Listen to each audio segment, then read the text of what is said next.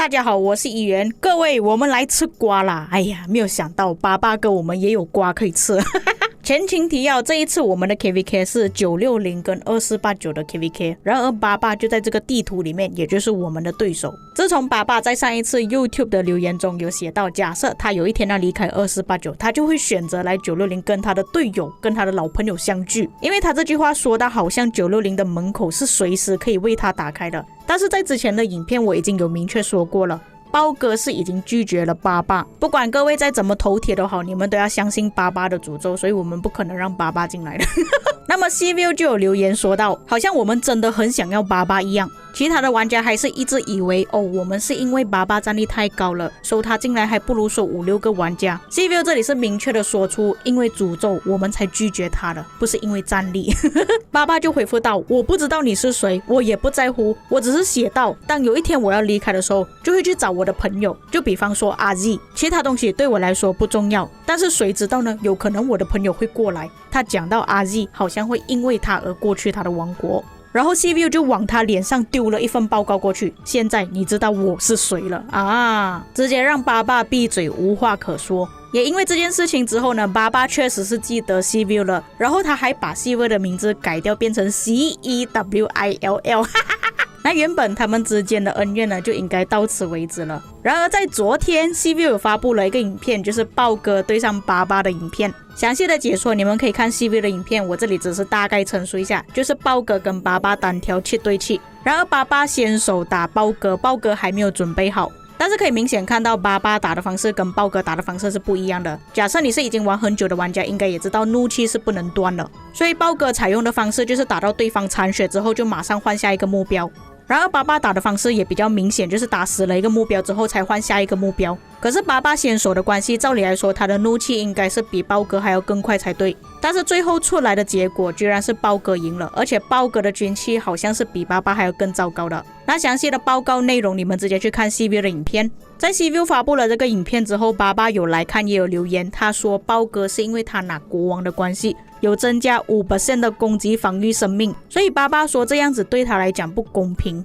就因为这样子双方又在吵起来了，他觉得这个是不公平的对战。然后爸爸那边呢又带了他一班的朋友过来吵架，还差一点让刀战多于点战，后来就出现了一大堆不好的评论，比方说豹哥很怒，还有要求让 buff 平等，说爸爸没有国王头衔，说豹哥怕了他的爸爸，说这场战斗不公平，豹哥使用了大多数的 buff 王国头衔，豹哥是怕了爸爸，还有说只有白痴才会相信这个影片是公平的。甚至有些玩家觉得，当爸爸也是有获得同样的 buff 的情况下，肯定可以打败豹哥，要豹哥删除了他的游戏。当然也有支持的玩家，有些玩家觉得如果你真的打不起的话，就再次决斗。爸爸明明是先手的玩家，照理来说他应该战胜才对。也有玩家说，你在打单挑之前，你不是应该要准备好你所有的 buff 最好的军器跟装备才来单挑的吗？难道爸爸是觉得他有11战力就可以直接吊打豹哥吗？其实各位可以从战斗争议里面看到，也可以自己算得出，假设是移除掉了国王头衔所带来的争议符文，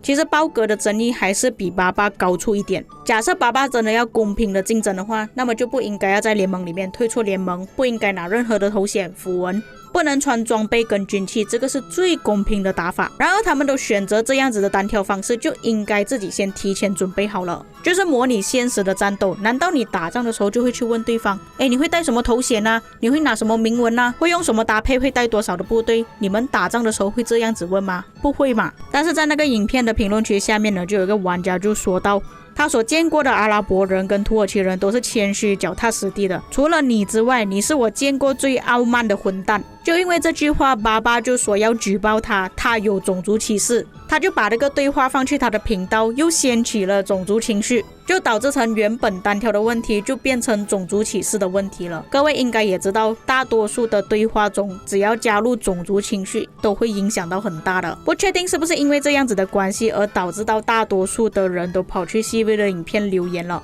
然后 CView 也是有去他的贴文那边留言说，种族歧视是不能接受的，无论在什么时候，我们应该只是停留在游戏讨论游戏的内容而已。如果这个留言是来自我的频道，请接受我的道歉。不确定爸爸是不是看到太多的留言都说爸爸很烂，爸爸很糟糕，打不过豹哥的关系，爸爸就回复到，他感到很惊讶，不过他接受 Cville 的道歉，但是他也要告诉 Cville 跟他的队友包哥，说话应该绅士一点，而不是像他的作为一样。就是说爸爸还是在纠结包哥拿了 buff 的问题。接下来爸爸的一系列气补补操作又来了。那他接下来的表现呢，也可以理解为什么当初我说过爸爸进来960我们很难控制他的原因了。爸爸接着在 DC 的外交群有说到，他提出一个意见，他想要在皇庭那边进行一场战斗，获胜者可以获得奖励，在战斗中选择最好的战士出来，然后跟爸爸一对一对决。现在爸爸的想法我已经不清楚了，他是不是觉得说你们选出最好的战士跟他单挑，假设他能赢的话代表他是最强的呢？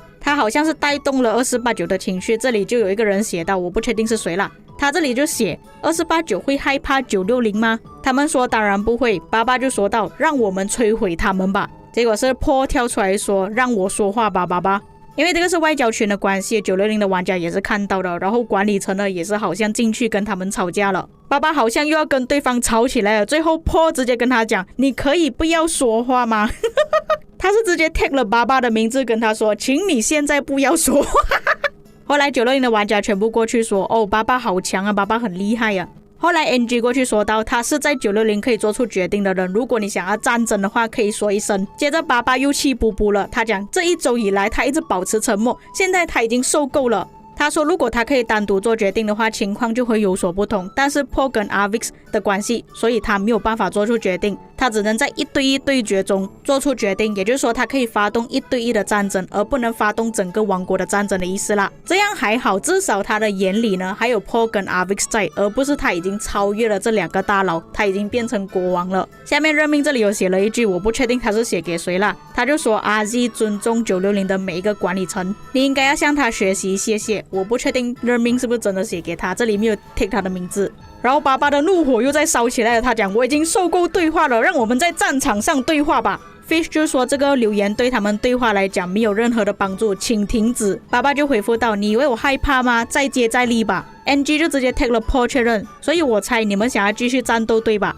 假设你们想要继续战斗的话，请给我确认。然后 Fish 就写到，我不在乎你是谁，哇，用回爸爸的那一句话，好酸啊。但请你不要在外交聊天室发表类似的留言，不要再火上浇油了。所以事情的发展就是这样子了，我要看明天、后天、大后天有什么进展。难道就要因为一个影片而引发战争吗？那确实，如果我是爸爸的角度，我会觉得说，哎呀，我已经氪金氪了这么多钱下去，但是我打出来报告还这么难看，输给一个战力比我少的玩家，而且我还要被人家嘲笑我是10亿的废物，这样确实是不好受的。不过豹哥其实有说到，假设他要重新单挑过，可以再单挑的。不过我还是要帮爸爸说话啦，豹哥的语气是真的不好，他有很多用词其实都不太好。所以爸爸说豹哥不够绅士呢，这个确实也是。但是豹哥讲话的方式一直以来都是这样子，我们要改也是很难改了。现在我们的人都在问要不要开泡泡是不是真的要打起来？因为我的账号呢也是在皇庭里面，也是没有开泡泡的。我怕万一打起来的话，我什么都不知道，然后城市被清零了。那么今天我讲的东西呢，都只是陈述而已啊，我没有讲哪一方对哪一方是错的。